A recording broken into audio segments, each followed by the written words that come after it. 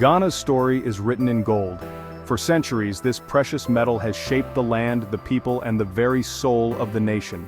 Once called the Gold Coast, this West African nation's identity and economy are deeply tied to the precious metal. Gold has been both a blessing and a burden, weaving its way through Ghana's history. Gold is everywhere, from the dazzling regalia of chiefs, symbols of power and tradition, to the dreams of miners in bustling Accra and remote Ashanti villages, who see gold as a path to prosperity. Today, Ghana is Africa's top gold producer, outpacing even South Africa. Both multinational corporations with vast resources and local Galamsey miners dig for gold, but the latter often work in perilous, unregulated conditions, risking their lives for a chance at fortune. Gold is Ghana's main export, meant to fund schools, hospitals, and roads, vital infrastructure for a brighter future. Yet a shadow looms. Much of this gold vanishes into illegal trade networks, slipping through the cracks of regulation. Billions of dollars worth of gold are smuggled out each year, enriching criminals and corrupt officials instead of the nation. The wealth meant for the people is diverted, fueling cycles of corruption and inequality. The result? Ghana's wealth is siphoned away, leaving lost opportunities and broken promises, unfinished schools, empty hospital wards, and communities left behind. The fight for control over gold is one of Ghana's defining challenges, sparking tension and protest across the country. When gold is smuggled, it's not just money lost, it's trust, development, and hope slipping away, grain by grain.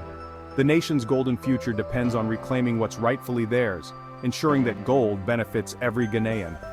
Understanding how this gold disappears is the first step to change. Investigations and reforms are crucial to turning the tide. Ghana's gold is more than a commodity, it's a national treasure at risk, a legacy that must be protected for generations to come. The stakes are high, and the outcome will shape the country's destiny, determining whether Ghana's riches serve its people or slip away forever. This is the story of Ghana's golden heartbeat, and the battle to keep it beating strong for all who call this land home. In just 5 years, Ghana has lost an estimated $11 billion to gold smuggling, a staggering sum that vanishes into the shadows, never to return to the people who need it most. That's money that could have built thousands of schools, equipped hospitals with life-saving tools, and provided clean water to countless communities across the country. The scale is staggering. Tons of gold leave Ghana undeclared every year, slipping through the cracks and never entering the formal economy where it could benefit the nation. Trade data reveals a massive gap between Ghana's official gold exports and what actually arrives in places like the UAE, exposing a hidden network of illicit trade. Smuggling has become a parallel export system, bypassing taxes, regulations, and oversight while fueling a shadow economy that grows stronger each year. The rising price of gold only fuels this crisis, drawing in everyone from small-time operators to powerful organized syndicates, all eager to profit from the chaos. The impact is felt daily: less revenue for public services, higher national debt, and rising costs for ordinary Ghanaians who struggle to make ends meet. This isn't just an economic issue, it's a national security crisis, threatening the stability and future of the entire country. The promise of prosperity is slipping away, replaced by a system that rewards secrecy, corruption, and those willing to operate in the dark. Every ounce smuggled is a blow to Ghana's future, robbing the next generation of opportunities and hope. The nation bleeds gold, and with it, the dreams and aspirations of millions of its people fade away. The scale of this heist demands urgent action from leaders, communities, and the international community alike. Ghana's future depends on stopping the flow, restoring hope, opportunity, and prosperity for generations to come. The journey of smuggled gold starts in Ghana's mining communities, where Galamsey miners extract gold with basic tools. Local agents buy gold directly from miners, offering quick cash and higher prices than official channels.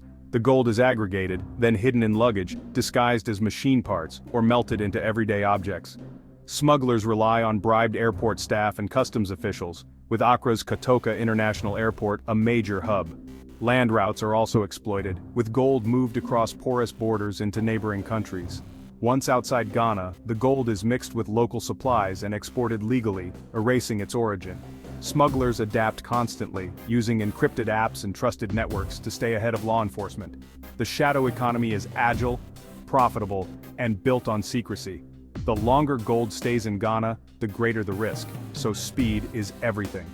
This system turns Ghana's natural wealth into untraceable fortunes for a select few. The legal economy struggles to keep up with this relentless illicit machine. Dubai in the UAE is the main destination for Ghana's smuggled gold.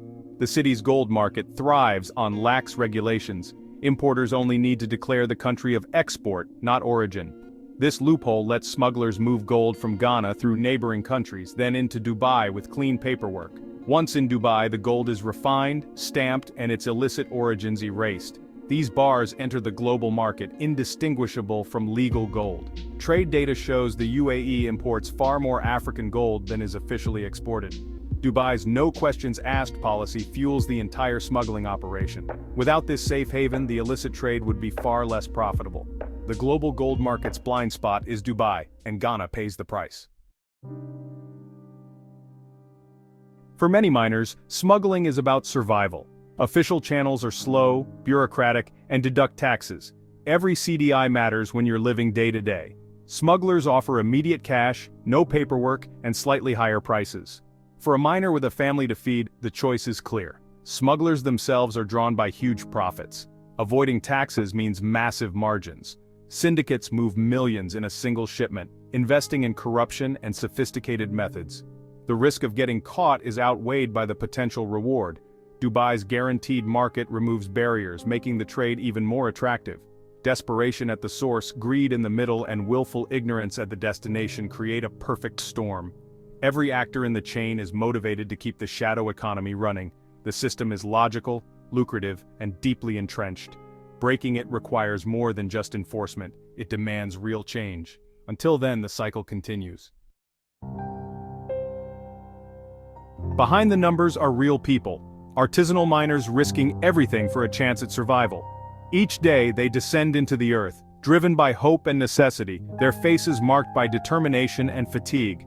Many, like Kwaku, turned to mining after crops failed and jobs vanished. Once farmers, they now dig for gold, forced by drought and economic hardship to seek fortune underground. They work in dangerous pits, exposed to toxic chemicals, for a slim reward.